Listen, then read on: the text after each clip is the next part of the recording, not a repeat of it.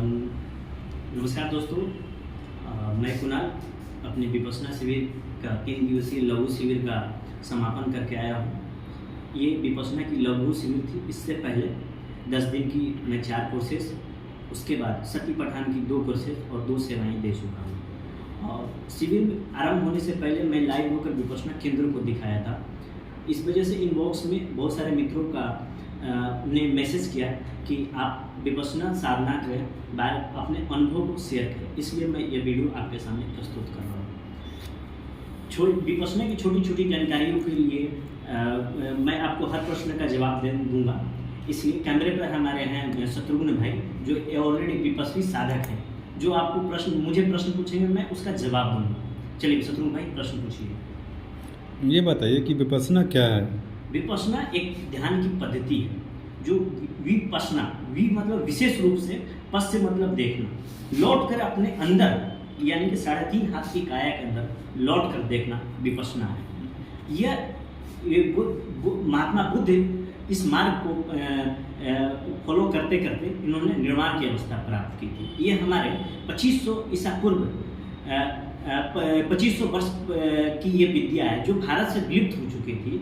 यह बाद में जाकर ब्रह्मा देश में अपने शुद्ध रूप में थी, जिसे सत्यनारायण गोयनका, पूजनीय गुरुजी सत्यनारायण गोयनका जी ने भारत में फिर से इसकी शुरुआत की। ये है विपश्यना। अच्छा, ये बताइए कि आपने विपश्यना क्यों की है? विपश्यना की शुरुआत मैं बताऊंगा कि इस विपश्यना शब्द से परिचय मुझे एथिक्स कक्षा के दौरान डॉक्टर विकास देवकृति के द्वारा मुझे मिला। उस दौरान मुझे विपश्यना को करने की इच्छा जाहिर हुई, बट कुछ परिस्थितियां नहीं बन पा रही थी जिससे मैं विपश्यना कर सकूं। बट मैं पिछले 4-5 सालों से मैं एक घटना को शेयर करूंगा कि ये कोई सहानुभूति के लिए नहीं, बट मैं अपनी परिस्थितियां बताना चाहूँगा कि पिछले 4-5 सालों से 17 से लेकर 21 तक अभी तो मैं डिप्रेशन की अवस्था में था। इसके पीछे कारण था कि मेरे घर में बैक टू बैक 4 मौतें हो गई, डेथ हो गया। उसमें से एक छोटा भाई था जिसकी मौत के बाद मैं व्यथित हो गया और मैं काफ़ी परेशान रहने लगा। उस वजह से मेरे अंदर उसकी मौत का कारण कुछ लोग थे, उससे बदला लेने के लिए मैं बहुत ज़्यादा आतुर रहता था। बट विपश्यना का अगर सही साथ में नहीं लेता तो मेरे साथ साथ कईयों की कब्र भी खुद जाती। इस लेवल तक का मैं परेशान था और मानसिक स्थिति इतनी गड़बड़ थी कि मैं सो नहीं पा रहा था। इस वजह से मुझे एक नहीं 2-2 नींद की गोली लेने के बाद मुझे नींद आती थी। इस वजह से मैं विपश्यना साधना की ओर गया और वहाँ से मेरी स्थिति में मेंटल ब्रेकडाउन जो भी था वहाँ से शुरुआत हुआ। इस वजह से मैंने विपश्यना की शुरुआत की और आज मैं ठीक हूँ, बेहतर हूँ और पहले से सुपर बेहतर। इसलिए मैंने विपश्यना की शुरुआत की। भारत में ध्यान की बहुत सारी पद्धतियाँ हैं, तो आपने विपश्यना ही क्यों चुना है? जब मैं मानसिक बीमारियों से गुजर रहा था तो मैं कई साधना केंद्रों पे गया, कई तरह की साधनाएं कराई जाती थी, वहाँ मुझे संतुष्टि नहीं मिला। जैसे ही मैं विपश्यना केंद्र पे गया और वहाँ से मुझे आंतरिक चीज़ों में सुधार होने लगा, मेरी मानसिक समस्याएं उभरने लगी, मिटने लगी और मैं अंदर से मजबूत होने लगा पहले से। इस वजह से मैंने विपश्यना को ही चुना। ठीक है।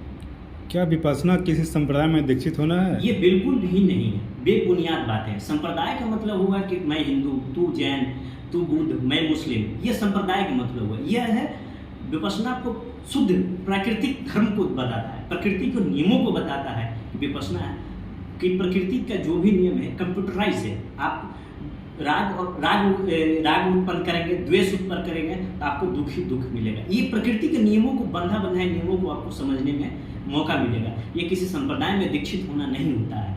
आप विपश्यना एक प्रकृति के धर्म का, प्रकृति के नियमों को जानना ही विपश्यना होता है। प्रकृति का नियम क्या है, ये कोई संप्रदाय से इसका कोई लेना देना नहीं है। अच्छा, विपश्यना से आप लाभान्वित हुए हैं, विपश्यना ने आपके जीवन में बहुत सारे परिवर्तन किए, तो आप बता सकते हैं विपश्यना कौन लोग कर सकते हैं, किसके लाभकारी होगा ये? विपश्यना एक 18 से 65 के 18 से ऊपर के जो भी एज ग्रुप के लोग हैं वो विपश्यना पद्धति कर सकते हैं। 18 से नीचे वाले बच्चों के लिए विशेष सत्र का आयोजन होता है जिसमें आनापान की व्यवस्था की जाती है, जिसमें आनापान में आते जाते सांसों के प्रति साक्षी भाव से देखना होता है। विपश्यना एक मैच्योर्ड एज ग्रुप के लिए ही है। तो विपश्यना ने आपके जीवन में बदलाव लाया और जी। आप बहुत सारी दुविधाओं से उबर पाए हैं। तो क्या आम लोगों की जो परेशानियां होती हैं वो उससे विपश्यना करके वो अपने जीवन में सुधार ला सकते हैं बिल्कुल क्या? ला सकते हैं। इसमें आपको एक बैलेंस सिचुएशन में लाएगा, इमोशनल और ये लॉजिकल, इसमें आपको बैलेंस स्थिति में लाएगा। आप ज़्यादा ना इमोशनल होंगे, ज़्यादा लॉजिकल नहीं होंगे। आप विपश्यना पद्धति से जाएंगे तो आपके अंदर की क्रोध, वासना, लोभ, लालच खत्म होगा। जैसे ही अंदर से खत्म होगा, आपके अंदर करुणा, मित्रता, सद्भाव के भाव बढ़ जाएंगे। आप प्राणी मात्र के प्रति सद्भाव से भर उठेंगे। इससे जो आपके अंदर जो दुख का कारण क्या है, मतलब कि ये नहीं कि मुझे कोई आप पर कृपा कर देगा, कोई आपको ये कर देगा कि आपको भगवान का आशीर्वाद मिल गया, अल्लाह मियाँ का प्रसाद मिल गया, तो आप अपने माध्यम से मतलब कि आप मेहनत करते करते अपने लोभ, लालच और इन चीज़ों से, वासना से मुक्त होते चले जाएंगे और आप एक जो दुख का कारण है, राग है, द्वेष है, वो धीरे धीरे निकलता चला जाएगा और आम समस्याओं से आप धीरे धीरे निपट। ये एक अनुपात में होता है, ये सडन नहीं होता है। जैसे जैसे इस मार्ग पे चलते जाएंगे वैसे वैसे आपको लाभ मिलेगा। आपने विपश्यना का बहुत अच्छी तरह से व्याख्या की है। तो जरा ये बताएं कि कोई एक आम आदमी है वो विपश्यना शिविर में कैसे जाए, वो जो थोड़ी मोड़ी प्रक्रिया होती है जी जी जी, उसके बारे में इसके बताएंगे। लिए आपको नियर अबाउट आप जहाँ भी रहते हैं वहाँ विपश्यना केंद्र को ढूंढना पड़ेगा। वहाँ आप उसके बाद कुछ डेट डिसाइड होता है, इस डेट में रजिस्ट्रेशन का डेट ओपन होता है। गूगल में आप सर्च मारेंगे जिस सेंटर पे आप जाना चाहते हैं, वहाँ से आप वहाँ से रजिस्ट्रेशन कर देंगे और आपका सीट कंफर्म कर देंगे। आपको मैं ये बता दूं कि ये बिल्कुल ही निःशुल्क पद्धति है और बिल्कुल ही आपको संप्रदाय के बेड़े में बांधना नहीं है, बिल्कुल ही निःशुल्क है।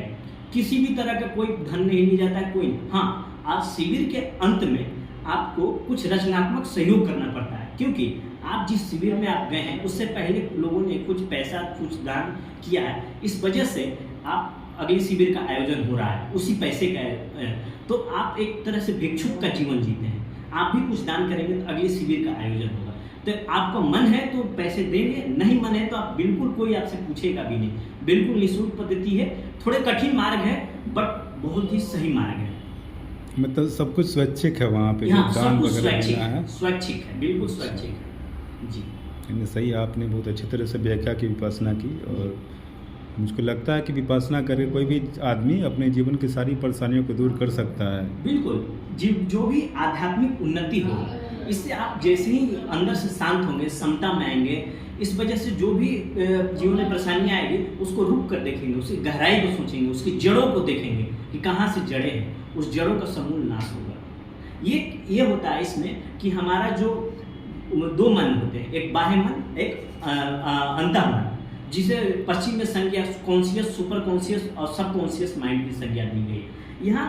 यहाँ अंतर मन, जिसे अनकॉन्शियस कहते हैं, उस स्तर पे जाकर हम अपनी परेशानियों को देखते हैं, वहाँ से समस्याओं को, जड़ों को समझते हैं और वहाँ से उसकी मन के स्वभाव को बदलते हैं। और जो अंतः मन अगर सुधर गया तो बाह्य मन अपने आप, बाह्य मन तो समझता है कि क्या हो रहा है, मतलब हमें अच्छाई और बुराई में फर्क नजर आता है, बट अंतः मन वो अपने स्वभाव के अनुरूप चलते रहता है। तो वो अंतः मन की गहराइयों में जाकर विकारों को, राग के विकार, द्वेष के विकारों को निकालते हैं और हम धीरे धीरे मुक्त, जैसे जैसे इस मार्ग पे जितनी, ये एक बिल्कुल अभ्यास की निरंतरता पर डिपेंड करता है और धीरे धीरे अनुपात में धीरे धीरे हम लोग निर्वाण या मुक्ति की ओर चलते हैं। और मैं ये बताना चाहता हूँ कि ये बिल्कुल ही संन्यास की ओर नहीं ले जाता है, ये आपको सांसारिक जीवन में बेहतर कैसे जीवन जी सके, पारिवारिक जीवन को कैसे बेहतर बना सके, आपसी रिश्तों को कैसे बेहतर बने, ये भी इसकी कला सिखाता है, वर्तमान में जीने की कला सिखाता है। ना कि बिल्कुल या ना ही आपको संप्रदाय में बिल्कुल नहीं शामिल करेगा, ना ही आपको संन्यास की ओर ले जाएगा। हाँ, ये आपको सम्यक सही चीज़ों की ओर ले चलेगा। ये है विपश्यना का। विपश्यना अगर मैंने भी किया था तो उसमें देखा था कि फॉरेनर बहुत लोग आते हैं जी। तो हम लोग पास में रख करके, हमारे आसपास विपश्यना होती है और फॉरेनर लोग बहुत दूर दूर से आते हैं, काफ़ी खर्च भी करते हैं।